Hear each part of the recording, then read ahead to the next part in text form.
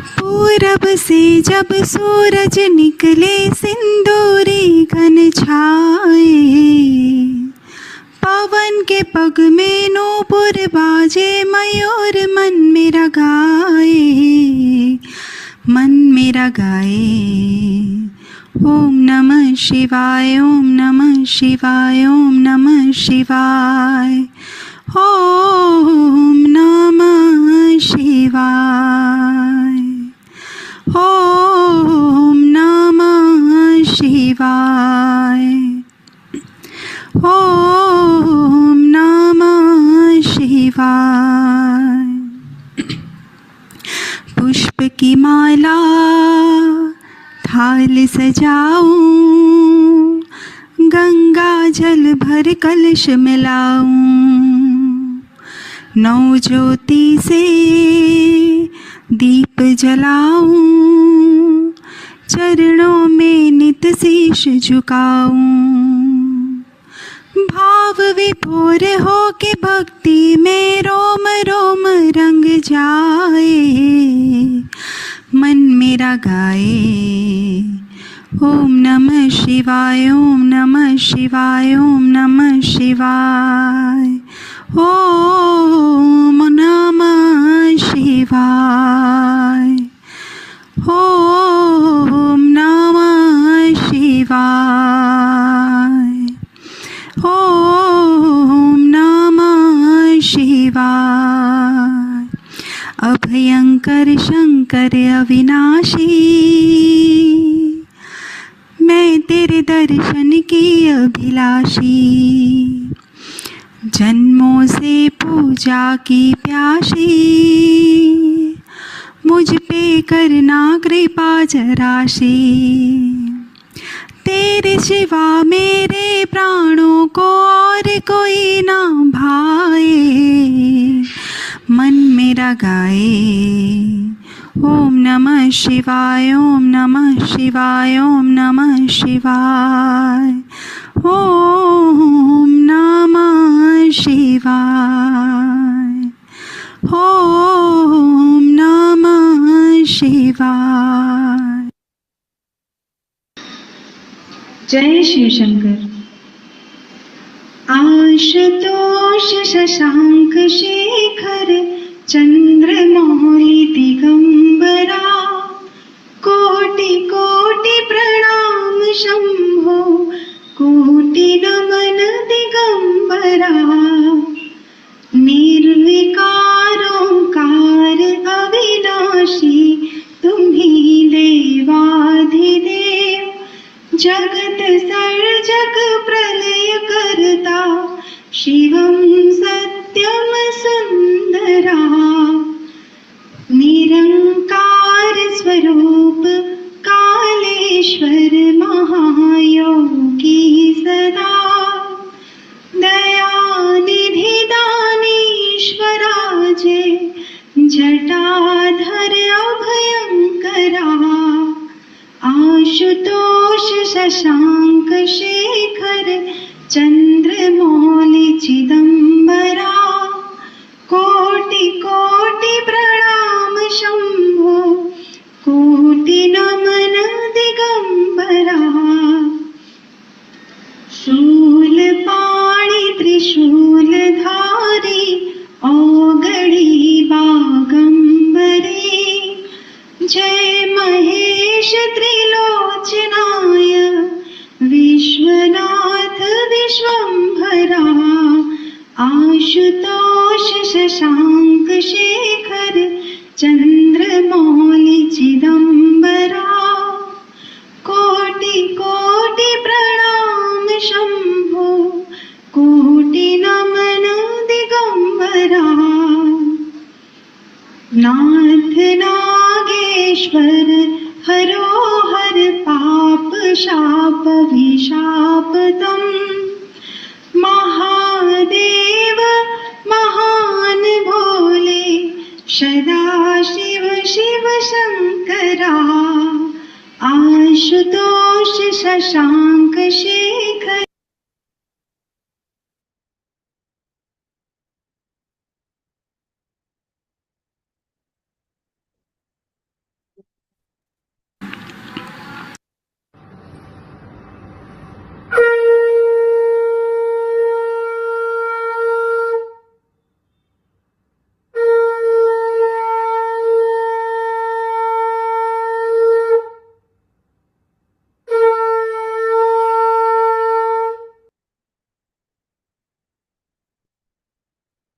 प्रार्थना करते हैं पहले। शुक्लांबरं धरं विष्णु शशिवर्णं चतुर्भुजं प्रसन्नवदनं ध्यायेत् सर्वविघ्नोपशान्तयेत्। सरस्वती नमस्तुभ्यं वरदे कामरूपिणी विद्यारंभं करिष्यामि सिद्धिर्भवतु मे सदा। गुरुर्ब्रह्मा गुरुर्विष्णु गुरुर्देवो महेश्वरा गुरुर्साक्षात् परब्रह्म तस्मै श्रीगुरवे नमः।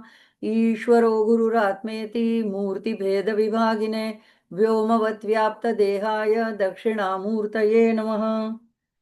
माँ को याद करते हैं, माँ को आह्वान करते हैं। ह्रीङ्कारासन गर्भितानलशिखां सौक्लीं बिभ्रतीं सौवर्णाम्बरधारिणीं वरसुधा धौतान्त्रिनेत्रोज्ज्वलां वन्दे पुस्तकपाशमङ्कुशधरां स्रग्भूषितामुज्ज्वलां त्वां गौरीं त्रिपुरां परात्परकलां श्रीचक्रसञ्चारिणीम्। आप सभी साधकों के हृदय में विराजित श्री ललित अंबिका महात्रिपुर सुंदरी भगवती राजराजेश्वरी के चरणों में कोटि कोटि प्रणाम। सभी बड़ों को वंदन, सभी को श्री मात्रे नमः। जय श्री कृष्ण। आज मेरे लिए भी बहुत ही शुभ दिन है। मेरे परम गुरु श्री माई कलापी माँ के पत्नी यानी हमारी गुरु माँ माड़ी, जिन्हों में माड़ी कहते थे, उनका आज जन्मदिन है। और वैसे भी ये अभी मार्गशीर्ष मास जो शुरू हो गया है, वैसे नॉर्थ में 15 दिन पहले चल पड़ता है, लेकिन हमारे यहाँ अभी 2 दिन, आज तीसरा दिन है। तो ये गीता में भगवान ने अपनी विभूति कहा है। ऐसे पवित्र, ऐसे भगवान की विभूति रूप मार्गशीर्ष मास में अब हम जो है ललितांबिका और भंडासुर के बीच जो चल रहा है युद्ध, उसके अंतिम चरण में अब हम पहुंच गए हैं। तो भंडासुर ने क्या अपने सारे शस्त्र माँ के सामने इस्तेमाल कर लिए। अब वो थक गया और अब उसे पता चला कि शस्त्रों से काम नहीं चलेगा, तो अब उसने अस्त्रों का सहारा लिया। तो अब देखते हैं कि भंडासुर ने आगे कौन सी चाल चली माँ के साथ युद्ध करने के लिए। तो अगला श्लोक देते हैं, श्लोक 33वां।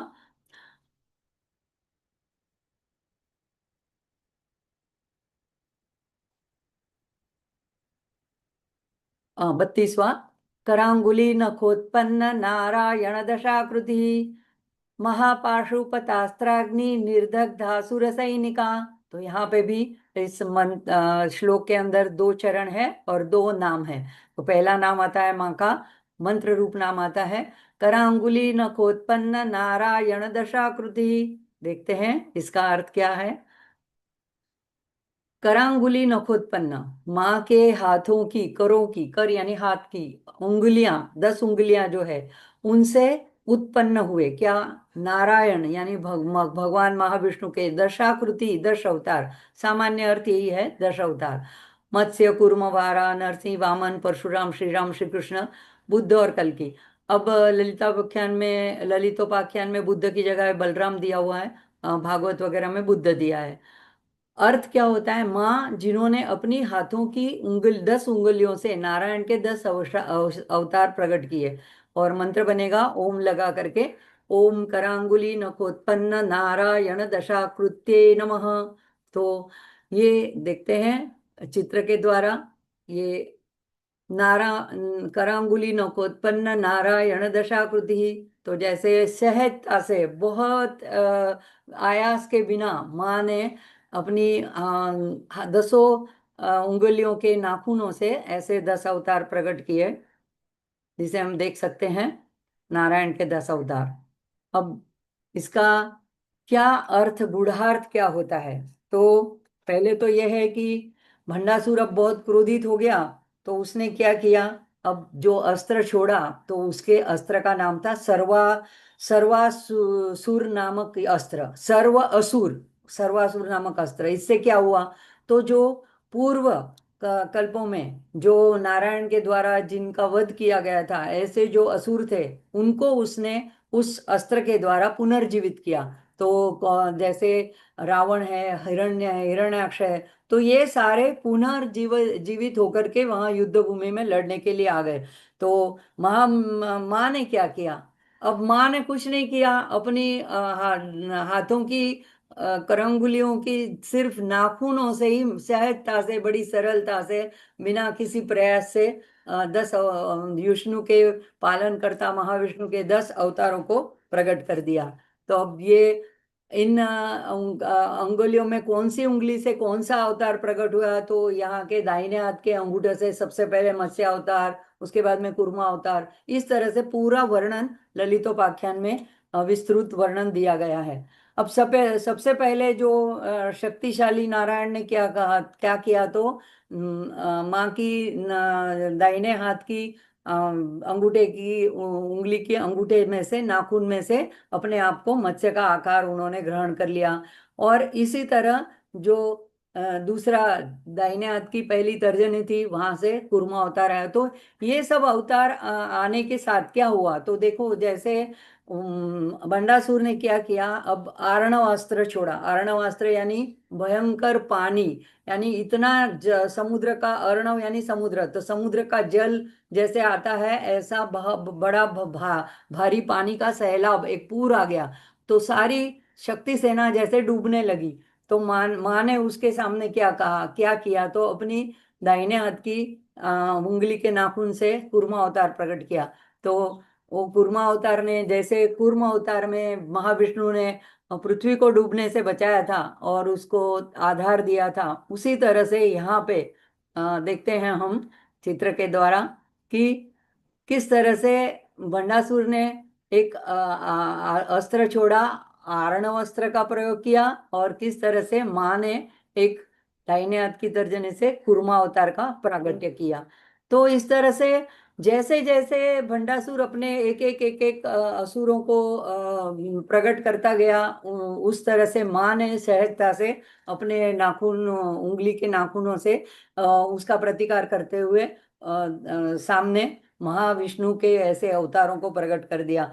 अब देखो प्रश्न ये उठता है कि नाखून ही यहाँ पे क्यों, वाग देवताओं ने नाखून का क्यों जिक्र किया है, नाखून को ही क्यों लिया गया है। तो अगर हम अपने शरीर को देखते हैं तो नाखून ऐसी एक बिन महत्व की ऐसी एक हमारा अंग है कि हम उसको तुरंत काट करके फेंक देते हैं, और वो भी इतना सा छोटा सा होता है, महत्व का भी नहीं होता है। लेकिन ऐसे बिन उपयोगी, बिन महत्व के ऐसे अंग के द्वारा भी माँ ने ऐसी अनंत शक्तियां प्रकट की। तो साथ ही इसके साथ में माँ की जो अंतिम सुरक्षितता, जगत को, ब्रह्मांड को प्रदान करने जी को की जो क्षमता है, वो भी प्रकट होती है कि उनको ज्यादा आयास करना नहीं पड़ा, सिर्फ नाखूनों के द्वारा ही उन्होंने इन शक्तियों को प्रकट कर दिया और ब्रह्मांड की रक्षा करने की जिम्मेदारी निभाई। तो यहाँ पे ये सहजता से माँ ने सृजन का और साथ में पालन का, रक्षण का, तो इनके ऊपर माँ का पूर्ण नियंत्रण है। ये मंत्र हमको आश्वासन दिलाता है कि माँ जो है सर्वोच्च, सर्वोत्परि, सर्वोत्कृष्ट ऐसी शक्ति है, और उनके पास ही ऐसी अनगिनत शक्तियां हैं, बल है, सामर्थ्य है कि जो सदा सर्वदा हमारे अंदर ही विद्यमान है, और वो सदा तत्पर है हमें ये हमारी रक्षा करने के लिए। अब नखोत्पन्न का और गूढ़ार्थ क्या होता है तो जैसे अगर हम विज्ञान की भाषा में गए तो विज्ञान क्या कहता है, हमारे नाखूनों में हमारा डीएनए छुपा होता है, यानी हमारे जेनेटिक ब्लूप्रिंट, यानी हमारे आनुवंशिक रूपरेखा। तो उसका पूरा नक्शा हमारे नाखूनों में छुपा हुआ रहता है। तो जो डॉक्टर्स होते हैं या तो फॉरेंसिक विशेषज्ञ होते हैं, ये इन नाखूनों का अभ्यास करके, विश्लेषण करके, संशोधन करके कई तारण निकालते हैं, जिससे व्यक्ति के पूर्वजों के बारे में, उसके भूतकाल के बारे में, उसके वर्तन के बारे में या उसके स्वास्थ्य के बारे में कई महत्व की जानकारियां प्राप्त कर सकते हैं।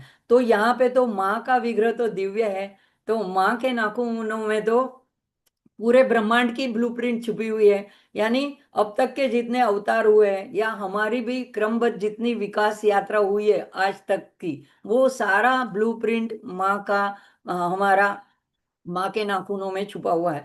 तो अगर हमारे में ऐसे ऐसा जेनेटिक ब्लूप्रिंट और डीएनए है, तो माँ में होने की कौन सी बड़ी बात है, इसमें कोई संदेह की बात नहीं है। अब दशाकृति का गूढ़ार्थ क्या होता है, तो 10 यानी विशिष्ट प्रकार की दिव्य शक्तियों का प्रादुर्भाव हुआ। तो एक तो ऐसा भी इसका गूढ़ार्थ निकालते हैं, जैसे हम देखते हैं कि दशा यानी मानवी जीवन की दशा, तो जीवन की अवस्थाएं। तो नारायण को दोनों अर्थ में भास्कराचार्य ने लिया है, कि जीव के अर्थ में भी और ईश्वर के अर्थ में भी। जैसे हम किसी गरीब को क्या कहते हैं, दरिद्र नारायण, तो जीव को भी जीव और ईश्वर दोनों का भाव नारायण में सम्मिलित है। तो अब दोनों दोनों को दोनों के संदर्भ में दशाकृति, तो दशा यानी अवस्थाएं, तो ये मनुष्य की 5 अवस्थाएं, जागृत, स्वप्न, सुषुप्ति, तुर्या और तुर्यातीत। और कृति यानी कार्य, तो परब्रह्म के 5 कार्य है, माँ के 5 कार्य है, सृष्टि, स्थिति, लय यानी छिपाव और अनुग्रह। तो अपने हाथों की उंगलियों के नाखूनों से बहुत सहजता से माँ यह कार्य कर लेती है। तो ये इसका एक दूसरा भी गुणार्थ है। और 10 जो है वो हमेशा एक पूर्णत्व को दर्शाता है। जैसे हमारे हाथों की 10 उंगलियां हैं, अगर एक में इसमें एक भी कम हो तो कुछ ना कुछ हमें कमी लगती है। अंगूठा भी इतना इम्पोर्टेंट, हर एक उंगली इतनी इम्पोर्टेंट है। और इस तरह से 10 दिशाएं हैं, तो 10 अवतार हैं। तो ये 10 जो है वो पूर्णता को दर्शाता है। तो यहाँ पे माँ दशाकृति कह करके ये बताया गया है कि माँ जो है ये संपूर्ण, कुछ भी छूटा नहीं, इस तरह से 10 शक्तिशाली ऊर्जाओं को, शक्तियों को प्रागट्य करती है। अब नारायण यहाँ पे हम देखें तो ऐसे नहीं है कि सिर्फ शंख चक्र गदाधारी विष्णु, इस इतना सीमित अर्थ नहीं है। नारायण का अर्थ यहाँ पे एक विशिष्ट प्रकार की ऊर्जा। नारायण को एक नाम है विष्णु, विष्णु यानी व्यापकता, यानी जो सब जगह में पूरे ब्रह्मांड में व्याप्त है वो हमारे अंदर भी व्याप्त है। तो ये व्यापक रूप में जो पर ब्रह्म है उसकी जो 10 प्रकार की विशिष्ट ऊर्जाएं हैं और वो हमारे अंदर विद्यमान है, वो अप्रगट है। तो ये दिव्य माँ उन्हें जागृत करती है, जब हम उन्हें पुकारते हैं, जब उनकी हम शरणागति लेते हैं। तो अब ये 10 अवतारों का गूढ़ार्थ हमारे संदर्भ में हम देखते हैं कि हमारे मानवीय जीवन के संदर्भ में इसका क्या गूढ़ार्थ है। तो पहला जो है मत्स्य अवतार। तो अब जब हमें लगते हैं कि हम कभी कभी क्या है, किसी बात से हम बहुत इमोशनल हो जाते हैं, भावनाओं के पूर में बह जाते हैं, तो हमें तभी पता नहीं चलता है, इतना द्विधा, कुछ रास्ता नहीं सूझता है, क्या करें क्या ना करें, हमारा मन अस्थिर हो जाता है। तो उस वक्त जो है ये विशिष्ट ऊर्जा माँ की हमारे काम आती है। वो जैसे कि मत्स्य अवतार के रूप में प्रकट होती है और हमें मार्गदर्शन करती है, हमें सच्चा रास्ता दिखाती है। तो ये एक मत्स्य अवतार का रहस्य है। कुर्मा अवतार, अब कुर्मा अवतार में क्या हुआ था, समुद्र मंथन हुआ था और उस मेरु पर्वत को डूबते बचाने के लिए भगवान ने कुर्मा अवतार लेके उसको स्थिरता प्रदान की थी। तो हमारे मन में ऐसे नेगेटिव और पॉजिटिव, सकारात्मक और नकारात्मक, ऐसे दोनों विचारों का मंथन सतत चालू रहता है और हमें पता नहीं चलता है। कभी कभी हम उसमें इतने उसके भार के तले दब जाते हैं कि हमें पता नहीं चलता है क्या करना है। उस वक्त हमको एक स्थिरता, एक केंद्र प्रदान करता है, वो जो ऊर्जा होती है वो कूर्मा अवतार के रूप में प्रकट करती है। वराह अवतार ने, यानी कभी कभी हम बहुत जड़ता महसूस करते हैं, थकान महसूस करते हैं और कुछ भी करने का हमारा मन नहीं करता, हम निराशा में दब जाते हैं। तो उस वक्त हमारी उस जड़ता को, हमारी उस नेगेटिविटी को उखाड़ करके फेंक देने के लिए माँ की शक्ति जो है वराह रूप में प्रकट होती है। तो हमें बस पुकारना है। माँ की ये सारी शक्तियां, विष्णु के ये सारे अवतार हमारे अंदर ही विद्यमान है। ऐसे नरसिंह अवतार, कभी कभी हम भयभीत हो जाते हैं, हमें जैसे मृत्यु का भय लगता है, आंख के सामने मृत्यु दिखाई पड़ती है, जैसे कोरोना काल में हम भयभीत हो गए थे। तो ऐसे वक्त में माँ की जो है नरसिंह रूपी जो विशिष्ट ऊर्जा, विशिष्ट शक्ति है, वो हमें अभय प्रदान करती है। फिर वामन अवतार, तो जैसे बलि का अभिमान बढ़ गया था, वैसे तो भगवान का भक्त था लेकिन उसको ऐसा लगता था कि मैं बड़ा दानवीर हूं, तो ऐसा जो अभिमान बढ़ गया था उसको नष्ट करने के लिए वामन अवतार ने 3 अपने कदमों में पूरे ब्रह्मांड को नाप लिया। तो ऐसे ही अगर हमारे अंदर भी ऐसा किसी भी बात से गुरूर आ जाए, अभिमान आ जाए, तो हमको भगवान माँ हमको नम्रता का पाठ पढ़ाने के लिए हमारे अंदर वामन अवतार के रूप में, शक्ति के रूप में प्रकट होती है। इसी तरह परशुराम, इसी तरह राम। तो जैसे राम धर्म का अवतार है, तो हम कभी द्वंद्व में पड़ जाते हैं कि धर्म अधर्म के बीच हम फर्क नहीं कर पाते हैं, श्रेय प्रेय के बीच में कौन सा मार्ग हमें लेना चाहिए। तो तभी राम अवतार के रूप में माँ की वो जो शक्ति है वो हमारे अंदर प्रकट होती है और हमें सही धर्म के राह के ऊपर हमें दृढ़ करती है। ऐसे कृष्ण जो है वो दिव्य रणनीतिज्ञ है, उनकी सारी व्यू रचनाएं होती है, कौन सी युक्ति कब करनी है।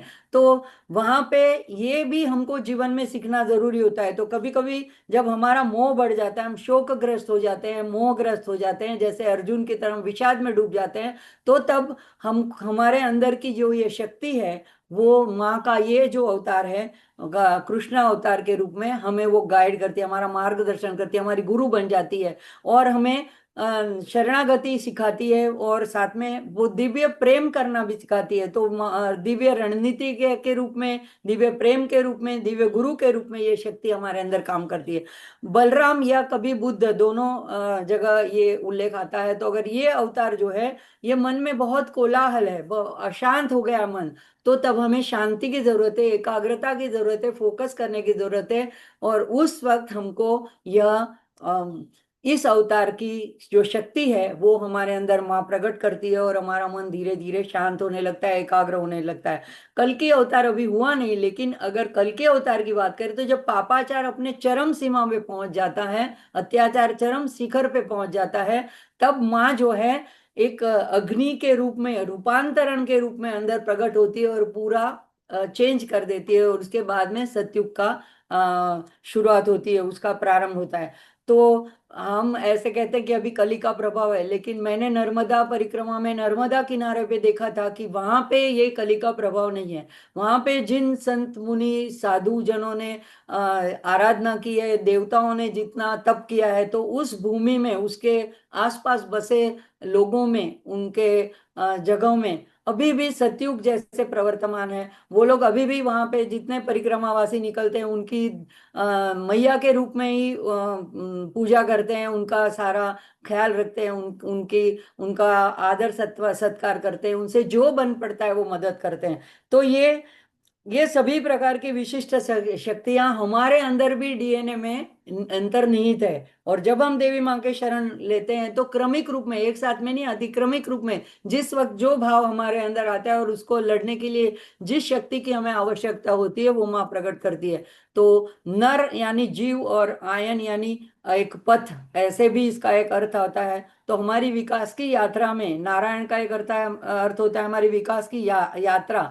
उसमें यह मंत्र में आश्वासन देता है कि माँ इस हमको पल भर में बड़ी सहजता से, बिना आयास से, सिर्फ अपने नाखूनों के द्वारा, बिना किसी बड़े आयुधों से हमें ये मार्ग प्रशस्त कर देती है।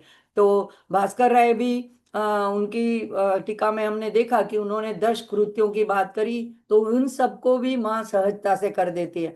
अब श्लोक 19 में हमने पहले देखा था 44वें नंबर के मंत्र में कि नखदीति छंचन नमज्जन तमो गुणा, तो वहां पे माँ के पैर के नाखूनों की बात थी। तो देखो माँ के तो विग्रह की तो बात नहीं की है, वाग देवताओं ने अभी सिर्फ नाखूनों से ही कितना काम हो रहा है यही बात कर रही है। तो उन्होंने कहा कि वहां पे जो उनकी चरण में शरण लेता है, अपना नतमस्तक होता है, उनका तमोगुण, उनकी जड़ता पूरी नष्ट हो जाती है माँ के सिर्फ चरण नखों की ज्योति से।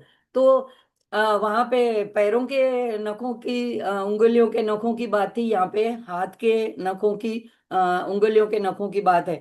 तो देखो अगर सोचो, अब सिर्फ माँ उंगलियों से ये काम और उंगलियों के नाखून से ये काम करती है, तो हम देखो कभी कभी क्या कहते हैं, ये काम तो मेरे बाएं हाथ का खेल है। तो हम जैसे कोई चीज अगर एकदम इजी हो तो हम कहते हैं अरे ये तो मेरे बाएं हाथ का खेल है। तो हमारा तो बाएं हाथ, लेकिन माँ का तो हाथ भी नहीं, उंगलियां भी नहीं, सिर्फ नाखून, इतनी सहजता से। तो सोचो पूरे विग्रह की कितनी अनंत शक्तियां होगी, हम कल्पना भी नहीं कर सकते हैं। तो ये एक माँ का ऐसा जो प्रकाश और विमर्श दो स्वरूप है। तो वाग देवता हमें बार बार एक एक मंत्र द्वारा एक एक स्वरूप का दर्शन कराती है। आगे देखते हैं।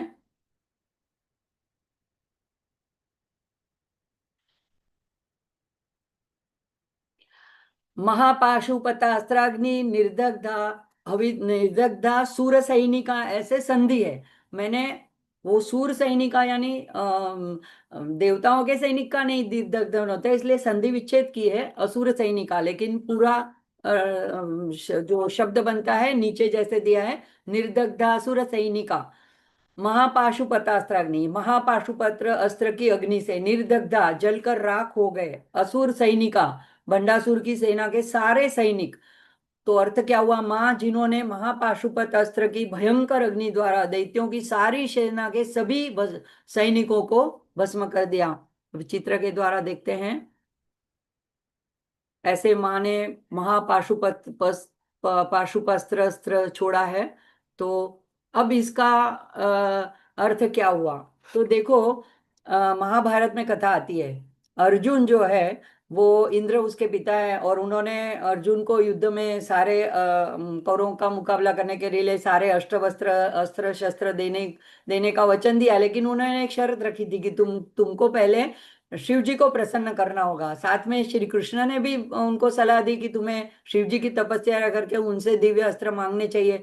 तो अब अर्जुन जो है वो युद्ध होने से, कौरवों के साथ महाभारत का युद्ध होने से पहले तपश्चर्या करने के लिए हिमालय में चले गए और बड़ी लगन से शिव जी की आराधना करने लगे। अब दुर्योधन को यह बात पता चली, अब वो कैसे चाहता था कि उनको इतने अस्त्र मिल जाए, शस्त्र मिल जाए, तो उसने क्या कहा, अपनी ऐसी मायावी दानव जो था मया मुखासुर, उसको भेज दिया कि तुम उसके तप में बाधा डालो। अब ये आकर के एक जंगली सुअर के रूप में वहां के उनकी जो पूजा आराधना चल रही थी उसमें बाधा डालने लगा। अर्जुन को बड़ा क्रोध आया, उसने अपना तीर धनुष्य उठाया और गांडी उठाया और उस तीर चला दिया।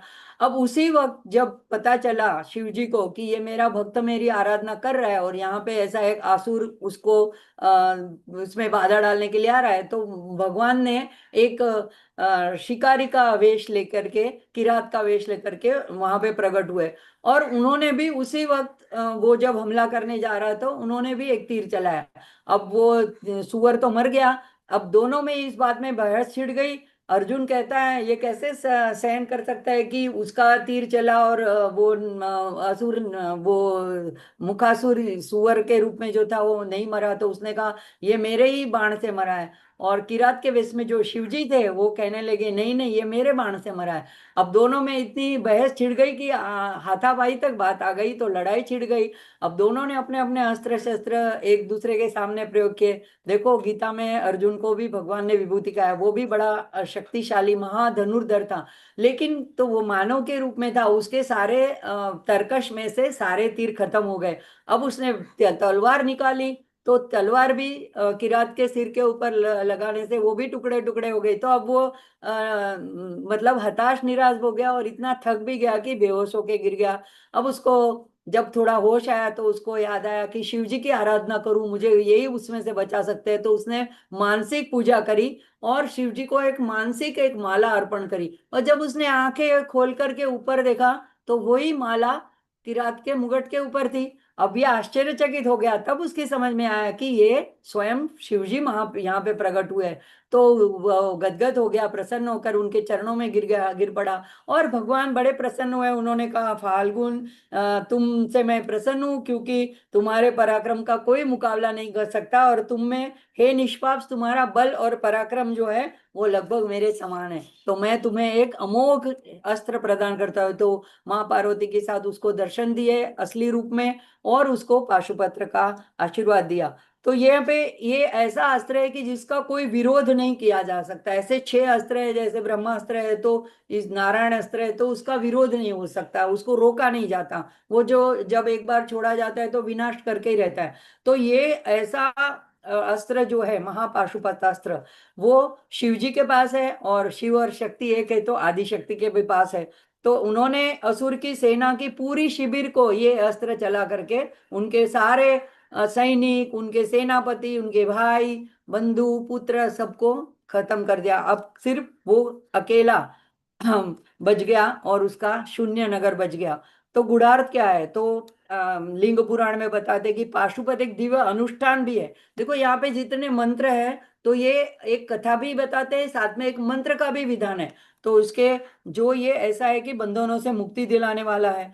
और ये पाशुपात्र ये अस्त्र जो है ये सारे मंत्रों से सिद्ध किए होते हैं और उनके एक देवता होते हैं। तो यहाँ पे इसके जो देवता हैं वो जो है वो सदाशिव है, और सदाशिव जो है वो जैसे ब्रह्मा, विष्णु, रुद्र और ईश्वर सदाशिव, तो ये अनुग्रह करने वाले देवता है। और उनका होता सदाशिव का मतलब होता है सदा, यानी शाश्वत, ऐसा सदा प्रसन्न, सदा शुभ, शाश्वत शुभता।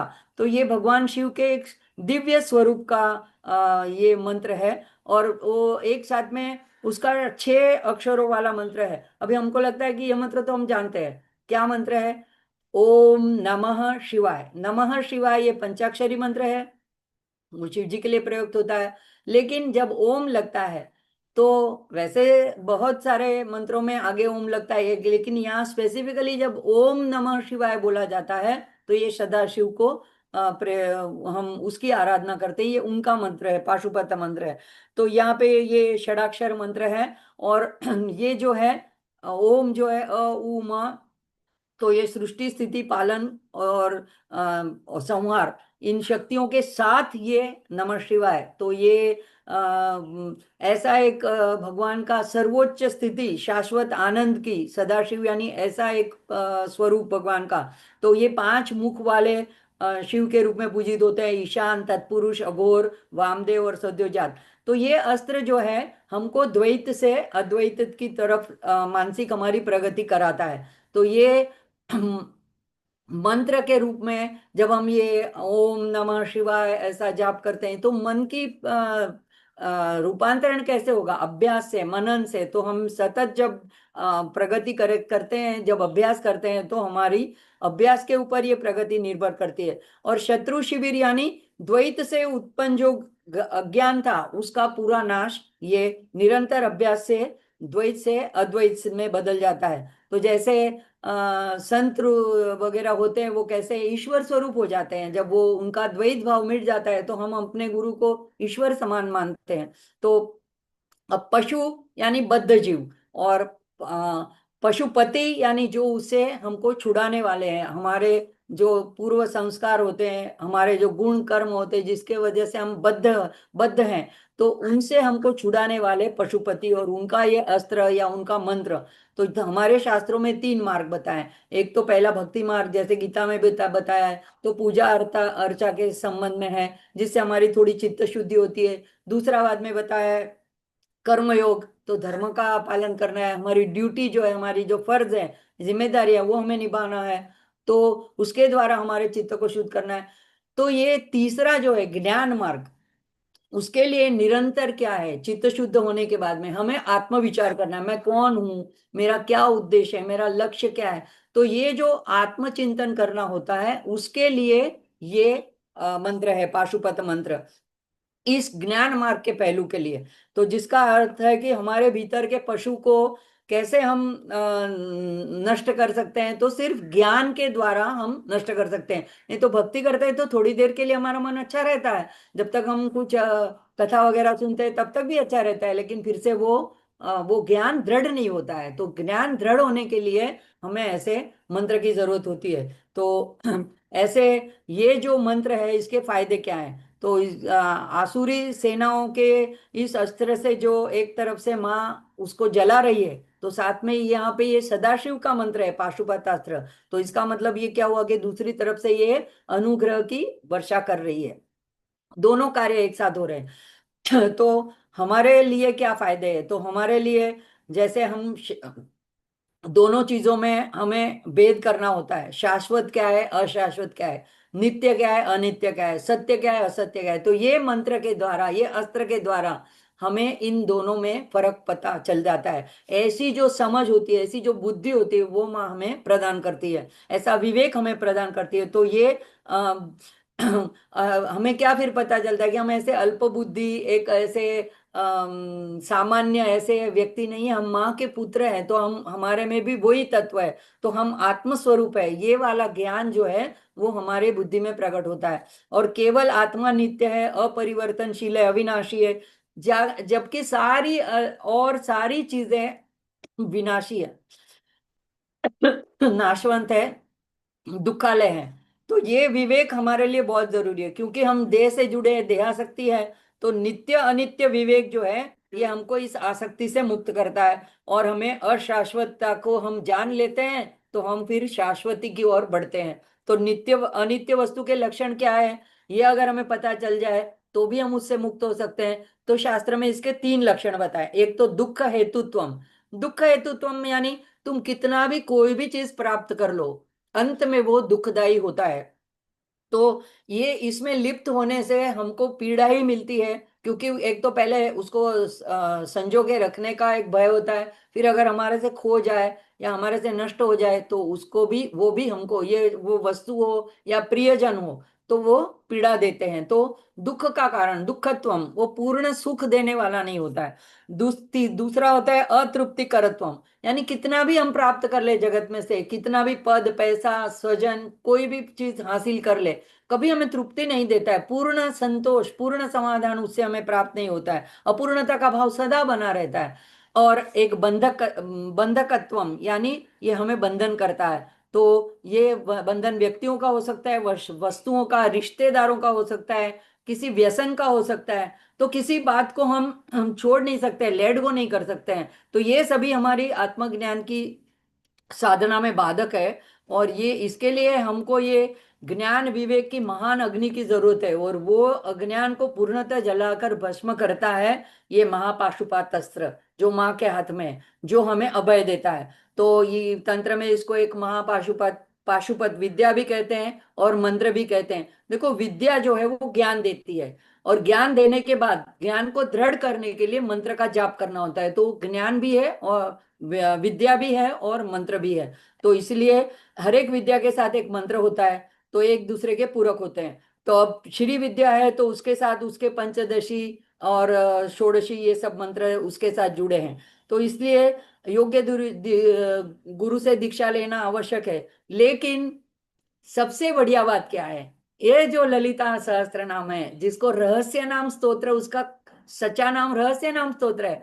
हमें दीक्षा लेने की भी आवश्यकता नहीं, कहीं गुरु खोजने जाने की भी आवश्यकता नहीं। माँ कोई गुरु समझ ले और हम पाठ करते रहे आनंद से, बस भोले भाव से, भक्ति भाव से। और अगर किसी में उच्चारण में गलत हो जाता है तो पीछे क्षमापना मांग ले। तो हमको ये सारा अपने आप सहजता से माँ के इस ललिता सहस्त्र नाम के पठन से ही प्राप्त हो जाता है। सारे शस्त्र हमारे हाथ में आ जाते हैं। तो आगे का मंत्र देखते हैं अभी।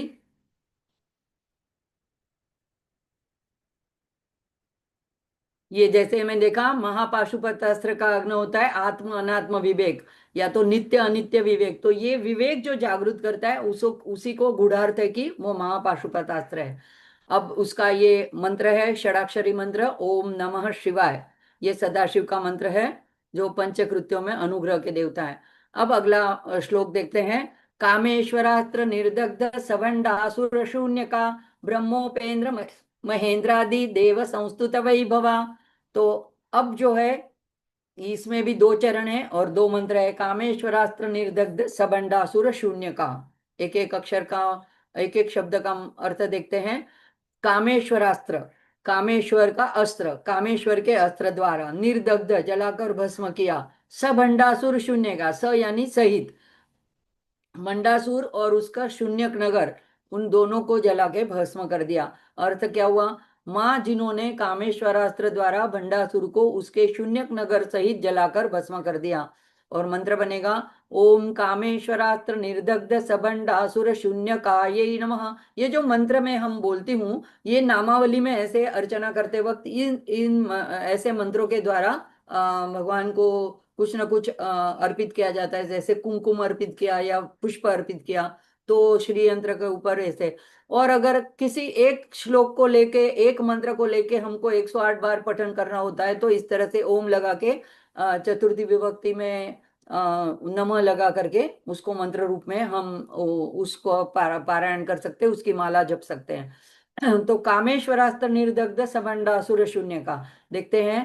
जैसे माँ ने ऐसे ध्यान किया और कामेश्वर अस्त्र का आह्वान किया, तो ये शिव जी का परमोच्च अस्त्र है, और उससे पूरे भंडासुर सहित उसका पूरा शून्यक नगर उसको जला करके माँ ने भस्म कर दिया।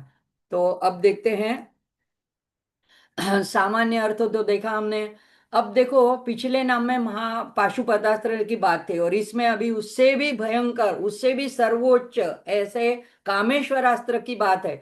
तो शिव जी का जो कामेश्वर रूप है वो ब्रह्म स्वरूप है। शिव कामेश्वर अंकस्ता शिवा स्वाधीन वल्लभा। तो कामेश्वर कामेश्वरी एक रूप है, शिव शक्ति रूप है। तो कामेश्वर पंच महाकृत्य के जो शिव सदाशिव है उससे भी उसका परमोच्च स्वरूप है।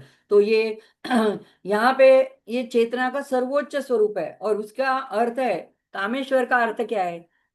कामेश्वर जो सबको प्रिय है और सभी उसको चाहते हैं, यानी वो विषय भी है और वस्तु भी है, यानी ऑब्जेक्ट भी है और सब्जेक्ट भी है। सब उनको चाहते भी हैं, यानी इच्छा भी करते हैं, यानी विषय की वस्तु हो गई, और वो सबके प्रिय भी हैं, सबके लक्ष्य भी हैं, वो पाना चाहते हैं सब उसको। तो ये जो है ये सभी इच्छाओं के देवता है। और जो ईश्वर इच्छा की सर्वोच्च वस्तु भी वही है। तो अब क्या हो गया, युद्ध में एक निर्णायक घड़ी आ गई। अब सब कुछ खत्म हो गया, अब भंडासुर सिर्फ अकेला बच गया और उसका एक शून्य नगर बच गया था। तो यहाँ पे अब माँ ने क्या किया कि ये जो अज्ञान की मूर्ति रूप, अविद्या की मूर्ति रूप, ये जो भंडासुर, उसकी जो जड़ है, वो जड़ को ही अभी काट के खत्म कर दिया, जला करके भस्म कर दिया। यानी अज्ञान का जो आधार था, उसका जो मूल था, रूट था, उसी को खत्म कर दिया माँ ने। अब कामेश्वर जो है वो हमारे अंदर की आत्मा है, यानी परमात्मा है। और भंडासुर जो है वो हमारे अंदर का अहंकार है। और उसकी सेना कौन है? तो सूक्ष्म शरीर या मन को दर्शाती है, जिसके अंदर अनेक प्रकार के नेगेटिव विचार उठते रहते हैं, वही उसकी सेना है। तो जब अहंकार और सूक्ष्म शरीर की गतिविधियां समाप्त हो जाती है, अब जब समाप्त हो गया, सारा अहंकार भी समाप्त हो गया और मन की सारी वृत्तियां भी समाप्त हो गई, तो क्या बच गया? सिर्फ शांति, शून्य। तो ये इसका अर्थ है कि जब द्वैत का विचार समाप्त हो जाता है तो आत्म साक्षात्कार का मार्ग प्रशस्त यानी खुल जाता है, जो हमारे जीवन का परम लक्ष्य है। अब देखो, जब हम जब जब ध्यान और आंतरिक अन्वेषण और वगैरह से ये प्राप्त किया जाता है, तो यानी सतत हमारे मन में जो विचार, भाव, क्रिया ये जो उठते हैं, उसका हमें सतत आत्म परीक्षण, आत्म निरीक्षण करना जरूरी है। तो वेदांत क्या कहता है कि एक मनुष्य सच में जो प्राप्त करना चाहता है वो अपनी आत्मा ही है। हम बहुत सारी चीज प्राप्त करना चाहते हैं, हमें लगता है बड़ा घर आ जाए, बड़ी गाड़ी आ जाए, किसी की शादी नहीं होती तो उसको लगता है मेरी शादी हो जाए, बच्चे नहीं तो बच्चे हो जाए, हम किसी बहुत सारी चीजों को पाना चाहते हैं। लेकिन असल में जो हम चाहते हैं वो हम अपनी आत्मा को ही चाहते हैं। तो याज्ञवल्क्य बृहदारण्यक उपनिषद में कथा आती है, याज्ञवल्क्य ऋषि की दो पत्नियां थी। तो उन्होंने जब दीक्षा लेने की, संन्यास लेने की सोची, तो उन्होंने अपनी दोनों पत्नियों को बुला करके बोला कि अब तुम दोनों में मैं मेरी संपत्ति का बंटवारा कर देता हूँ और मैं अभी संन्यास ग्रहण करने चाहता हूँ। तो मैत्रेयी थी, वो बड़ी विदुषी स्त्री थी, तो उसने कहा कि मुझे कोई आपकी संपत्ति में रस नहीं है, ये सारी इनको दे दो। लेकिन उन्होंने कहा कि आपको ऐसी क्यों क्या चीज मिल गई है, या आप ऐसी कौन सी चीज प्राप्त करना चाहते हैं कि जिसके आकर्षण में आप ये सारा छोड़ के, हमको भी छोड़ करके, आश्रम को भी छोड़ करके जा रहे हो, वो मैं जानना चाहती हूँ, वो मुझे उसका मुझे ज्ञान दो। तब याज्ञवल्क्य जी उनको वो बोध देते हैं। तो एक में उसमें एक वाक्य आता है, आत्मनस्तु कामाय सर्वम प्रियम भवति। तो उनको कहते हैं मैत्रेयी, अपनी क्योंकि वास्तव में आत्मा को ही हम चाहते हैं, इसलिए हमें बाकी सब कुछ प्रिय लगता है। अगर हमको कभी लगता है कि हमारे स्वजन हमको प्रिय लगते हैं, कोई वस्तु प्रिय लगती है, लेकिन देखो कभी अगर कोई बहुत ज्यादा बीमार हो जाए और बहुत सालों तक बेड रिडन हो जाए और बहुत सेवा करनी पड़े, तब वो प्रियता कहीं ना कहीं चली जाती है। ये एक हकीकत है। तो हमको अपनी आत्मा सबसे ज्यादा प्रिय है और उसी के लिए हमें और चीजें प्रिय लगती है। तो अब यहाँ क्यों कहा गया है कि सभी लोग अपनी आत्मा को ही चाहते हैं, इसका क्या प्रमाण है? याज्ञवल्क्य जी ने ऐसा कहा मैत्रेयी से। तो देखिए, सोचिए हम जीवन में क्या चाहते हैं। सब लोग चाहते हैं कि हमारी मृत्यु ना हो। कोई नहीं कहता कि हाँ मैं मर जाऊं। हाँ, थक के और गुस्से में कोई कहता है इससे मर जाना अच्छा है, लेकिन सच में अगर कोई बड़ा रोग हो जाए या मृत्यु सामने आ जाए तो लोग अपना जान बचाने की सोचते हैं। तो ये ऊपर बोलने की बात बात है कि मरना चाहते हैं, लेकिन कोई मरना नहीं चाहता है। तो ये सब लोग अमरता चाहते हैं, लेकिन हम सदा बने, या तो हमारे प्रियजन जो है उनकी हम मृत्यु नहीं चाहते हैं कि वो ना मर जाए। तो ये मृत्यु कोई नहीं चाहता है, यानी सत्य, यानी हमेशा रहना चाहता है। तो ये सत्य का गुण है, ये ब्रह्म का गुण है। दूसरा है कि हम सब कुछ जान लेने की हमको उत्कंठा होती है। हमको कोई कह दे कि तुम बुद्धू अज्ञानी हो, तो ये हमको से सहन नहीं होता है, तो हमको लगता है हमको सारी जानकारी होनी चाहिए। तो ये हमारी ज्ञान की जो पिपासा है, तो यानी हम ज्ञान चाहते हैं, तो ज्ञान हमारा स्वरूप है, तो ये ब्रह्म का लक्षण है। तीसरा है कि हम कोई दुख नहीं चाहता, और सुख भी ऐसा कि जो निरंतर रहे, कहीं चला ना जाए मेरे को छोड़ करके, लेकिन सारी चीजें मेरे पास वैसी की वैसी बनी रहे। तो ये नित्य सुख तो कभी रहता नहीं, तो यानी हमको आनंद की चाह है। तो सच्चिद आनंद, यही हम वास्तव में अपने जीवन से चाहते हैं, और यही हमारा गुण है, ये हमारा स्वरूप है। तो ये जब हम आत्मा साक्षात्कार से ही ये हमें प्राप्त हो सकता है, और हम तभी पता चलता है कि हम स्वयं पूर्ण है। और ये जान लेना कि हम स्वयं पूर्ण है, यही आत्म साक्षात्कार है, जो हमारी सही पहचान है। तो चूंकि हमने अपने आप को ये सीमित देह से जोड़ के रखा है, तो इसीलिए क्या होता है कि भूल से हम इसी को अपना स्वरूप समझ बैठे हैं, यानी इसमें मैं भी इंक्लूडेड हूँ। ये नहीं कि मुझे कोई बहुत आत्मज्ञान हो गया है, हम सभी एक ही sailing in the same boat, सबको यही है, लगता है कि तो इसी ये देह को ही हम अपना स्वरूप मान लेते हैं। तो हमें रोग मृत्यु नहीं चाहिए, हमें सदा अपने संबंधों से और सगे वालों से और सब वस्तुओं से हमें सुख चाहिए, ये सबकी आकांक्षा होती है। पर ये भ्रामक जगत में ये पूरी नहीं होती है। ये पूरी कब होगी? जब हम अज्ञान की जगह में ये बाह्य वस्तुओं के पीछे छोड़ना, दौड़ना बंद कर दें, और ये हमें जब अपनी आत्मा की जब हमें जानकारी प्राप्त हो जाए, तब हमको सच्चा समाधान, सच्चा सुख, सच्चा पूर्णत्व प्राप्त होगा। और जो कहीं बाहर से लाने की चीज नहीं, वो है ही हमारे अंदर, सिर्फ अभी वो अज्ञान के अंदर दबा हुआ है, ढका हुआ है। जैसे कोई पहले जैसे पेट्रोमैक्स वगैरह के वो फानूस जलाते थे, तो उसके अंदर दिया और रोशनी वैसी की वैसी रहती है, लेकिन अगर वो कांच के उसके आवरण में अगर मैल जम जाए, कालिक जम जाए, तो उसका प्रकाश बाहर नहीं आता है। तो प्रकाश को बढ़ाना नहीं है, तेल नहीं डालना है ज्यादा अंदर, सिर्फ वो कांच को निकाल के उसको साफ कर देना है। तो उसी तरह से यहाँ पर जो है कि अगर हमको जब हम जान लेते हैं कि जब हम खोज रहे हैं, जो चाहते हैं वो पहले से ही हमारे पास है, प्राप्त है, तो हमारा सारा संघर्ष युद्ध समाप्त हो जाता है। तो यहां तक आके बात अब हो आगे रुकती है कि जो वाग देवता है कथा के द्वारा इस तरह से साधना के पथ पे हमें आगे चला करके एक स्टेप बढ़ा के जाके बताती है कि हमें कैसे जाना है। तो ये कामेश्वर हमारी आत्मा है, और ये जो अंतिम अस्त्र है, अंतिम प्रहार, उसके रूप में माँ ने यहाँ पे प्रयोजित किया है। तो माँ के देखो क्रम भी बड़ा मजेदार है। पहले एकदम से कामास्त्र नहीं यूज किया माँ ने पहले संपतकरी को भेजा, अश्वारूढ़ा को भेजा, वाराही को, मंत्रिणी को, बाला को, ऐसे अलग अलग जो अज्ञान की और अविद्या की शाखाएं थी। एक बड़ा वृक्ष अगर काटना हो, तो उसकी पहले शाखाओं को काट के उसको थोड़ा निर्बल कर देते हैं, उसके बाद में उसके जड़ के ऊपर प्रहार करके उसको काट देते हैं। तो ये जो दुखों की जड़ अज्ञानता है, उसको समूलता माने आखिर में कामेश्वरास्त्र से नष्ट कर दिया। तो इसके लिए तालाब का भी उदाहरण दे सकते हैं कि जैसे अगर तालाब में हमें अपना पानी में अपना प्रतिबिंब देखना हो, लेकिन पानी में अगर तरंगे चल रही है और पानी डामाडोल हो रहा है, तो और अगर गंदा मैला कुचैला है, तो हमारा प्रतिबिंब हमें स्पष्ट दिखाई नहीं देता है। लेकिन अगर जब वो शांत हो जाए, स्थिर हो जाए, तब हम अपना चेहरा स्पष्ट रूप से देख सकते हैं। इसी तरह मन मन को तालाब कहा गया है। मन के तालाब में विचारों के तरंग और इच्छाओं की लहरें उठती रहती है, और पूर्व जन्मों के वासनाओं संस्कारों का कीचड़ उसमें घुला मिला रहता है। तब तक हमें अपना आत्मस्वरूप स्पष्ट दिखाई नहीं दे रहा है। इसके लिए हमें शांत हो जाना है। तो यही श्लोक हमें कहता है कि माँ के पास ये अस्त्र है, और माँ तत्पर है हमारी मदद करने के लिए। और इस मंत्र के द्वारा माँ आश्वासन देती है कि हम मुझे पुकारो, मैं अबंडासुर को नष्ट करने के लिए पूरी तरह से सज्ज हूँ। अब वाग देवताओं आगे हमें देखते हैं क्या बताते हैं। ब्रह्मोपेंद्र महेंद्रादि देव संस्तुत वैभवा।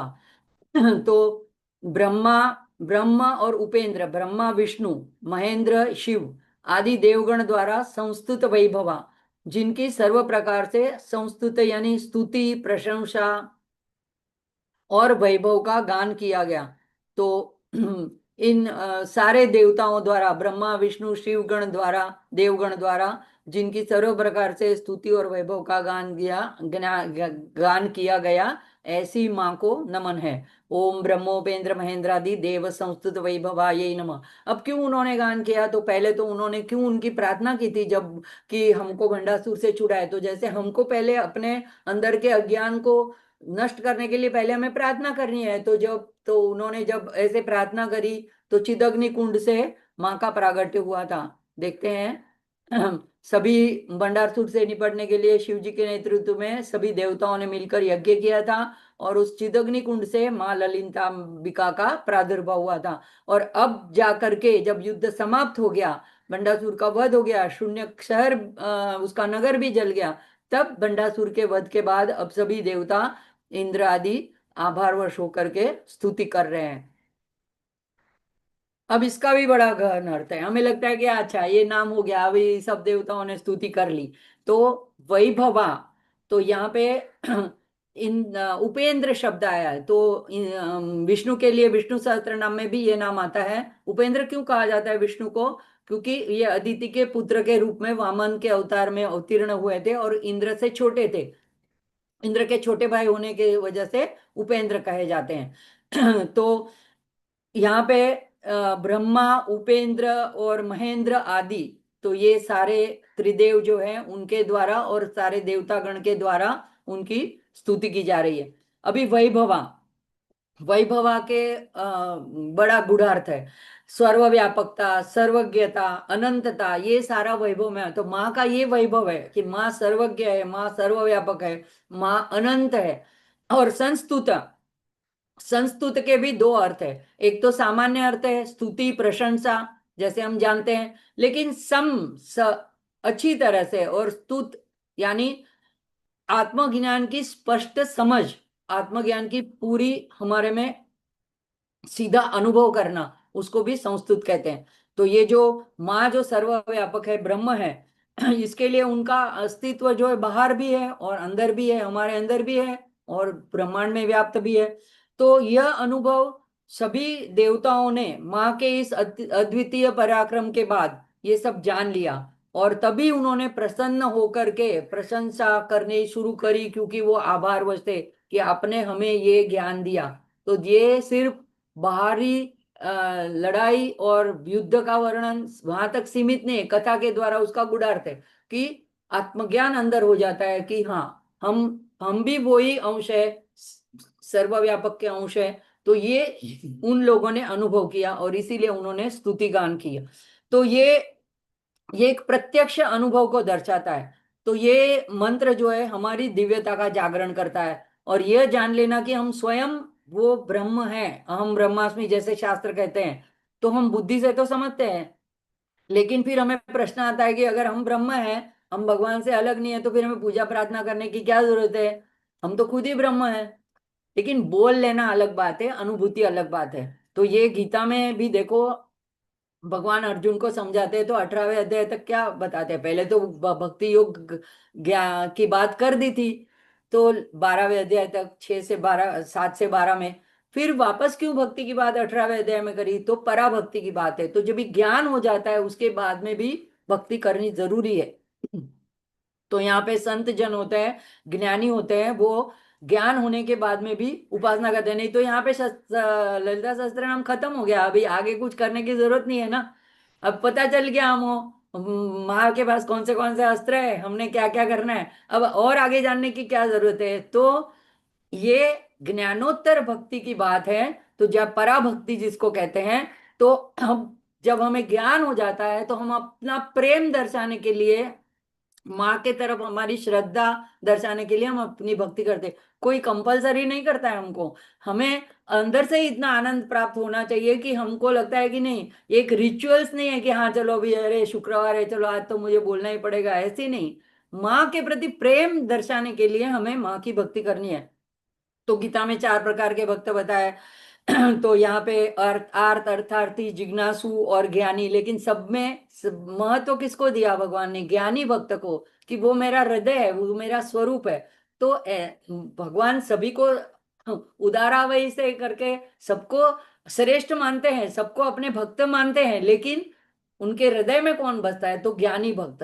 तो इसीलिए यहाँ पे संस्तुता, तो यह ज्ञानी को यह संस्तुता यानी ये ज्ञान का सीधा प्रत्यक्ष अनुभव हो जाता है, और इसीलिए वो प्रेम आनंद से छलकने लगता है, उसे रहा ही नहीं जाता है। तो जिसको भगवान मिल जाते हैं, देखो चैतन्य महाप्रभु, देखो मीरा, देखो नरसिंह मेहता, जिसको भगवान का साक्षात्कार हो जाता है, अब उसको क्या जरूरत है अभी अपना शांति से बैठे ना एक जगह पे, मिल गए ना भगवान, नहीं, फिर वो अपने आनंद को प्रदर्शित करते, भजन गाते रहते हैं, उसी में लीन रहते हैं, उस आनंद में मग्न रहते हैं। तो तब उनको सर्वात्म भाव हो जाता है, वो उनको कोई पराया नहीं लगता है, सारे अपने लगते हैं, अपने आत्मा को सारे ब्रह्मांड में सबके अंदर देखते हैं। तो यहाँ पे ब्रह्मा विष्णु महेश्वर आदि देवगण ये बाह्य स्तुति कर रहे हैं, इतना ही नहीं है इसका अर्थ सीमित। ये उनकी पराभक्ति दर्शाता है, और उन्हें अपने अंदर ही ऐसा वैभव, ऐसी अनंतता और ऐसी सर्वज्ञता की अनुभूति हुई, ऐसा ये श्लोक बताता है। आगे देखते हैं।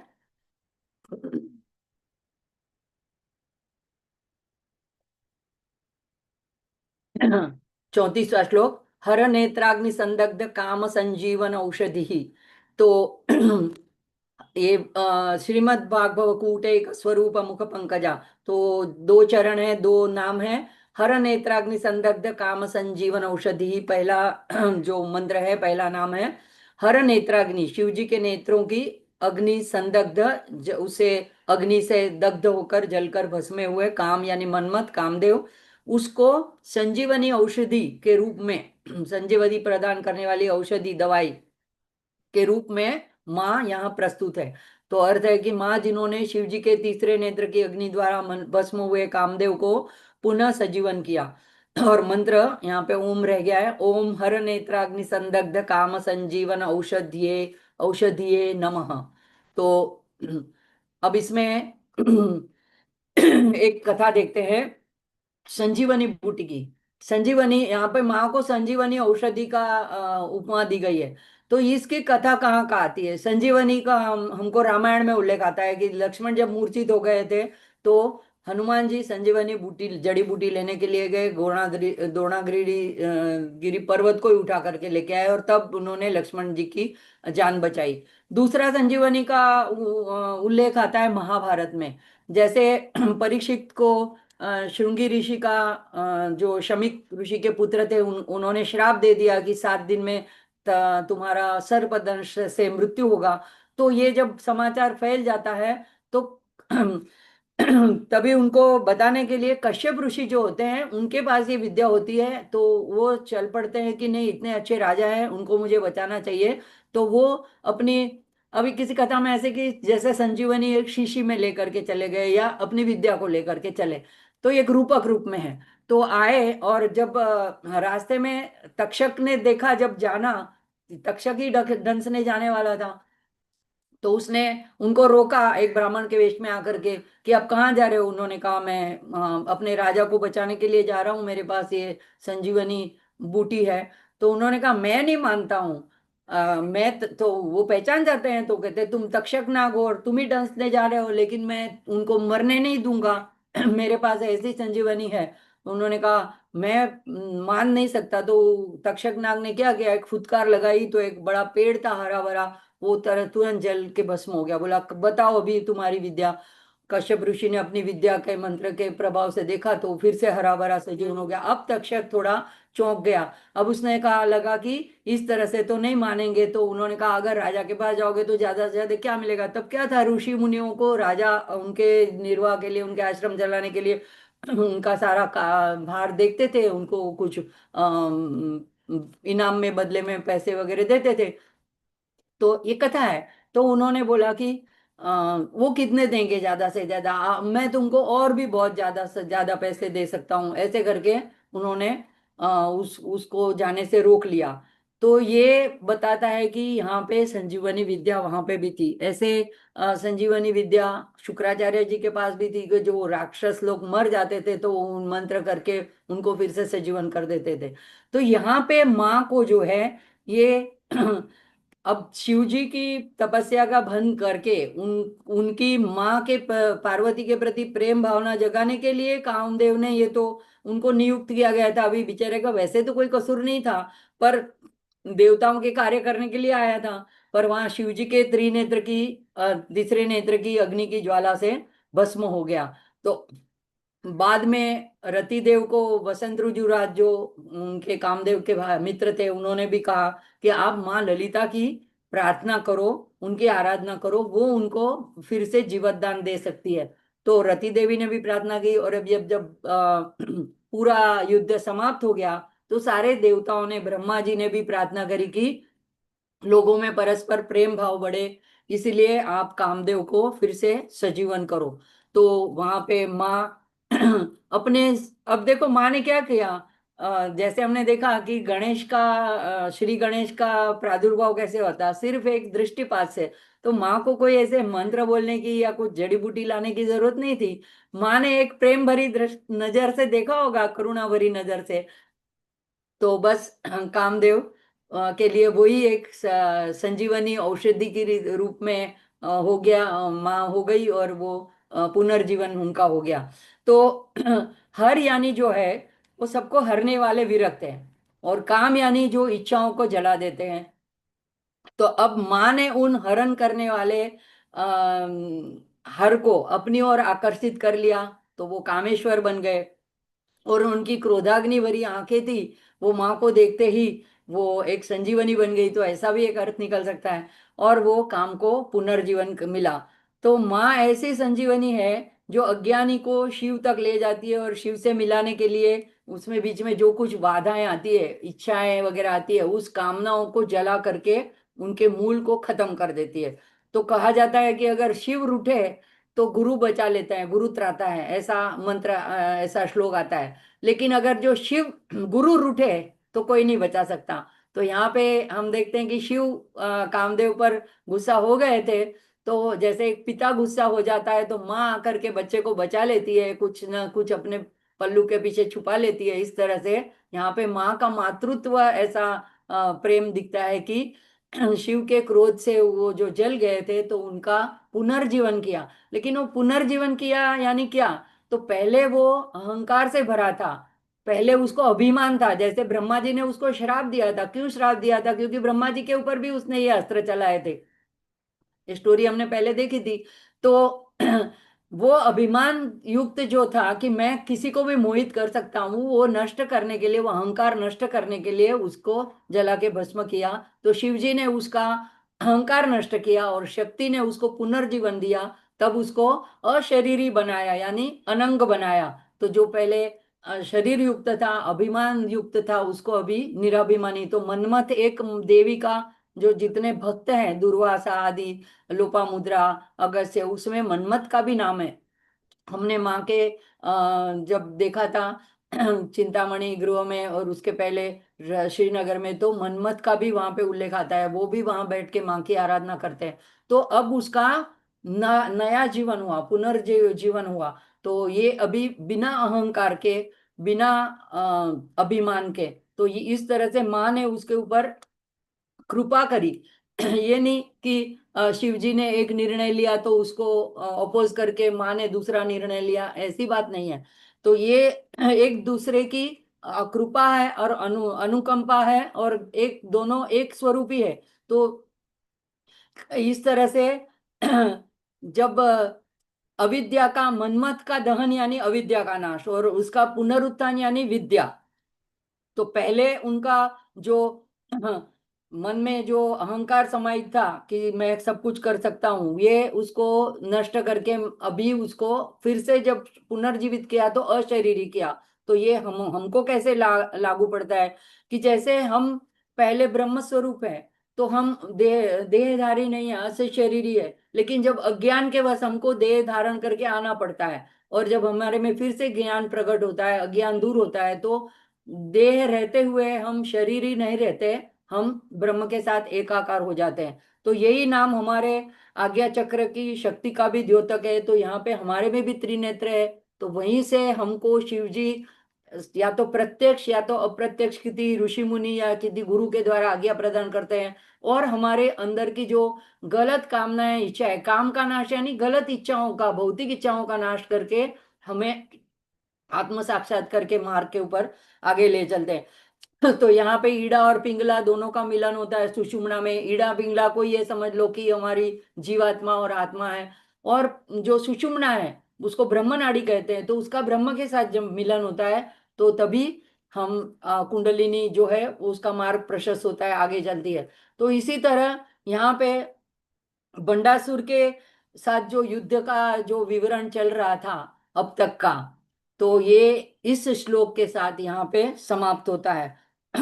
और अब माँ के अब तक का जो स्थूल वर्णन किया, और अभी आगे जो चल के है सूक्ष्म स्वरूप का वर्णन, वो अगले सत्र में देखेंगे। तो यहाँ पे ये एक सिर्फ बाह्य कथा नहीं है, हमारे जीवन से जुड़े हुए हमारे अंदर चलने वाले संघर्ष की कथा है। वाग देवता हमें साधन बताते हैं, हर एक मंत्र में एक एक अलग अलग साधन से आगे कैसे बढ़ना है। और इन सबको, इन मंत्रों को न जानते हुए अनायासी जब हम ललिता सहस्त्रनाम का पाठ करते हैं तो हमारे से ये जाप हो रहा है। तो ये माँ की करुणा है, कृपा है कि उन्होंने वाग देवताओं के द्वारा ऐसा एक स्तोत्र प्रकट किया और हम तक पहुंचाया। माँ की ऐसी अपार करुणा को वंदन करते हुए आज की ये सत्संग सेवा माँ के चरणों में अर्पण करते हुए सत्र को समाप्ति की ओर ले चलते हैं। ओम पूर्णमद पूर्णमिदं पूर्णात् पूर्णमुदच्यते पूर्णस्य पूर्णमादाय पूर्णमेवावशिष्यते। ओम शांति शांति शांति। हरि ओम। श्री गुरुभ्यो नमः। हरि ओम। आभार चेतना जी। हाँ, मैं आपका आभार मानना भूल गई। मीर भाई का, अर्चना जी का, जागृति बहन का, सर, सभी साधकों का आभार। आपका विशिष्ट रूप से आभार दीदी। सभी भक्तजनों को मेरा प्रणाम। हम आशा रखते हैं कि आगे आने वाली रविवार को जब शिव मानस पूजा की कंठस्थीकरण की परीक्षा है, उसकी हम सब मिलके तैयारी कर रहे होंगे और परीक्षा के लिए उपस्थित हो पाएंगे। 5 ही श्लोक है, मुझे लगता है कि इतना डिफिकल्ट नहीं है। तो कृपया शिव भगवान के पूजा की, मानसिक पूजा की तैयारी करते हुए हम सब एग्जाम देने की कोशिश करें, ऐसी विनम्र आप सबसे वर्ड ढूंढना डिफिकल्ट है हिंदी रिक्वेस्ट है। ओके, ये पवित्र मार्गशीर्ष मास चल रहा है और आप सबको मार्गशीर्ष मास की बहुत सारी बधाइयां। हम सब इस मास में हमारे महाराष्ट्र में स्त्रियां विशेष रूप से गुरुवार को देवी महालक्ष्मी का व्रत रखकर उसकी पूजा करती है और उसकी विशिष्ट कृपा की आशा रखती है और प्रार्थना करती है। आइए इस मास में माता की विशेष कृपा हम सब पर बनी रहे, और ऐसी प्रार्थना के साथ हम सब महादेव के जय घोष के लिए सत्र का समापन करने की कोशिश करते हैं।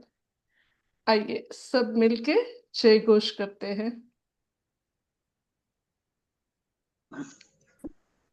ओम नमः पार्वती पतये हर हर महादेव। श्री महाकाल। बहुत सुंदर दीदी, बहुत दीदी, मुझे आपका नंबर चाहिए, प्लीज आप डाल दें। अच्छा, नंबर अर्चना जी से कांटेक्ट करिए, नहीं तो मुझे ग्रुप में डाल दे दीदी, मुझे बात करना। वही ललिता अच्छा सहस्त्रनाम के बारे में। अच्छा अच्छा, उनको अभी अभी बोल दीजिए, कर लेते। क्या बात करनी है, बोलिए। वो कैसे पढ़ना है दीदी? जैसे कि मैं तो पढ़ती हूँ कभी कभी, पूर्णिमा के दिन जैसे हुआ, तो पहले पहले क्या पढ़ना है? जैसे कि मेरे पास 1 मिनट मिल जाएंगे दीदी। हमें ललिता सहस्त्र नाम की पीडीएफ मिलेंगी क्या? हमें भेज देती हूँ आज ग्रुप में। हाँ, भगवत गीता की कैसी पीडीएफ है वैसी? हाँ हाँ, पीडीएफ मिल जाएगी। भेजी हुई है दीदी, पर वापस मैं भेज देती हूँ। ओके, ठीक है। तो वो पूछना था दीदी, पहले क्या पढ़ना है स्टार्टिंग में? मैं तो बस ठीक है, मैं पूरी आगे जो न्यास वगैरह के साथ और जो ध्यान मंत्र के साथ है वो अर्चना जी को मैं पास ऑन करती हूँ पीडीएफ। वो पीडीएफ आपको दे मिल जाएगी उनके पास से, दीदी हाँ जी, मेरे जैसे पास मैंने लिया अंजना था जी इस मैंने क्रम में। दीदी का नंबर पोस्ट किया चैट में, आप ले लीजिए। 1 मिनट दीदी, मैं लिख लेती हूँ। हाँ, ठीक है, 9969। ठीक है, जय श्री धन्यवाद। कृष्ण। धन्यवाद एक चेतना मिनट जी।